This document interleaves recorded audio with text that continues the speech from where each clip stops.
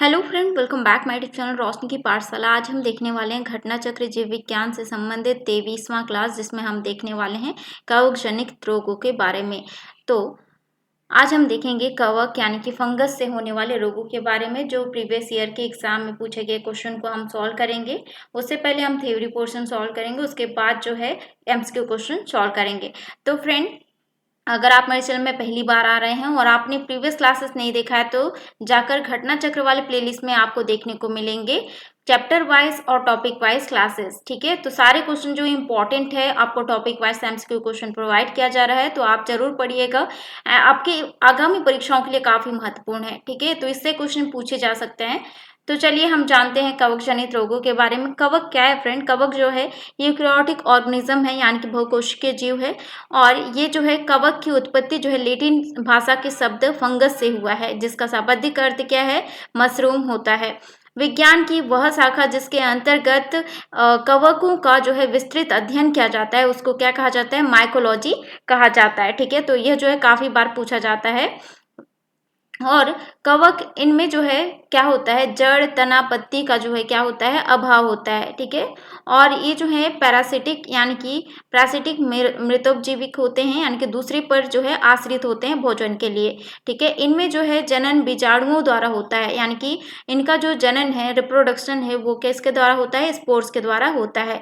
इनका जो है मानव में घनिष्ठ संबंध है और इनकी अनेक जातियां जो है मानव के लिए लाभदायक भी होती है और हानिकारक भी होती है। लाभदायक कैसे होती है? जैसे कि हम मशरूम खाते हैं, ईस्ट जो है हम किसके लिए? बेकिंग के लिए यूज करते हैं, तो वो लाभदायक हुआ। ठीक है, बड़े बड़े इंडस्ट्रीज में यूज किया जाता है फंगस को।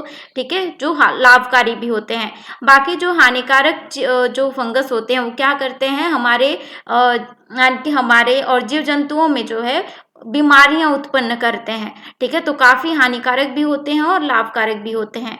तो एल्फ्लाटॉक्सिन नामक जो है एक जहर है, जो कि फंगस के द्वारा जो है उत्पन्न किया जाता है। ये क्या करता है? यकृत में जो है कैंसर उत्पन्न करता है। कौन से फंगस द्वारा जो है इसको उत्पन्न किया जाता है? तो ये जो है एस्परजिलस फ्लेवर्स, एस्परजिलस फ्यूमिगेटस और पेनिसिलियम आइसलैंडिकम द्वारा जो है फ्लैटा यानी कि अल्फा टॉक्सिन नामक जहर जो है वो उत्पन्न किया जाता है। ठीक है, और मानव में जो है एस्परजिलोसिस नामक एक रोग होता है, जो कि एस्परजिलस की कुछ प्रजातियां जैसे कि Aspergillus फ्लेवस, Aspergillus fumigatus, Aspergillus niger द्वारा जो है उत्पन्न होता है एस्परजिलोसिस। ठीक है, तो इससे संबंधित जो है हम रोगों के बारे में देखेंगे। तो चलिए पहला क्वेश्चन हम देख लेते हैं। निम्नलिखित में से कौन सा एक जूनोटिक रोग है? नहीं है। तो जूनोटिक रोग जो है किसको कहा जाता है? जूनोटिक रोग जो है यानी कि पशुओं से मानव में होता है। ठीक है, यानी पशुओं से मानव में होने वाला जो रोग है उसको कहा जाता है जूनोटिक। तो जूनोटिक रोग जो है कौन सा नहीं है? तो इसका राइट आंसर हो जाएगा म्यूकर, यानी कि म्यूकर माइकोसिस जो है ये जूनोटिक रोग नहीं है। म्यूकोरमाइसिस जो है वो किसके द्वारा होता है? फंगस के द्वारा होता है। ठीक है, जो कि ये क्या करता है? जो इम्यून सिस्टम जिसका वीक है, ठीक है, तो उसके यहाँ पे जो है अटैक करता है। साथ ही रेबीज और सार्स और प्लेग ये किसके कारण होता है? वायरस के कारण होता है। ठीक है, नेक्स्ट हम देख लेते हैं अर्ग टातपेय जो उपभोग से होता है। तो क्या होता है इनसे जो है संदूषित अन्न के, यानी कि ये जो रोग है प्रदूषित यानी कि कंटामिनेटेड जो हम खाते हैं, ठीक है, अन्न खाते हैं, तो उसके वजह से ये होता है। नेक्स्ट हम देख लेते हैं एथलीट फूट बीमारी होती है। तो एथलीट फूट बीमारी क्या होती है? आम तरीके से जो है सभी के बरसातों में देखने को मिलते हैं। ठीक है, तो एथलीट फूट जो है किसको कहा जाता है? फंगल इन्फेक्शन, जो पैरों के यानी कि उंगलियों के साइड में होता है। ठीक है, फूट के उंगलियों के साइड में। ठीक है, तो इसको जो है किसके कारण होता है? फंगल इन्फेक्शन है, तो फफूंद के से होता है ये। ठीक है, नेक्स्ट हम देख लेते हैं निम्नलिखित कथनों में से कौन से सही नहीं है। तो इसमें से कौन सा सही नहीं है ये हमें बताना है। ठीक है, तो मानव शरीर में जो है क्या है? यानी कि फीमर सबसे लंबी अस्थि होती है, तो ये सही है। ठीक है, जांग की जो हड्डी होती है उसको फीमर कहा जाता है और वो मानव शरीर का सबसे लंबा अस्थि होता है। ठीक है, तो और हैजा रोग जो है वो जीवाणु के द्वारा होता है कहा जा रहा है। ठीक है, हैजा रोग जो है वो किसके कारण होता है? जीवाणुओं के द्वारा होता है। ठीक है, कौन से जीवाणु? विब्रियो कोलेरी नामक जीवाणु के कारण हैजा रोग होता है।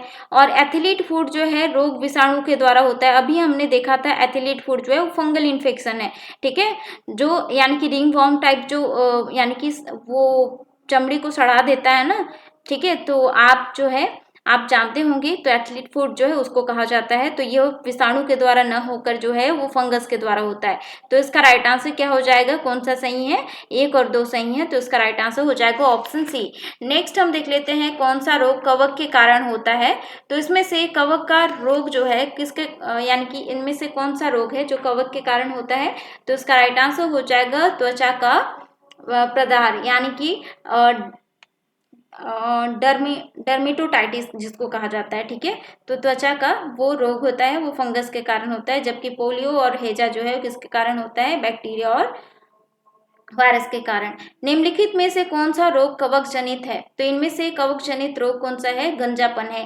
ठीक है, गंजापन जो है एक कारण है क्या?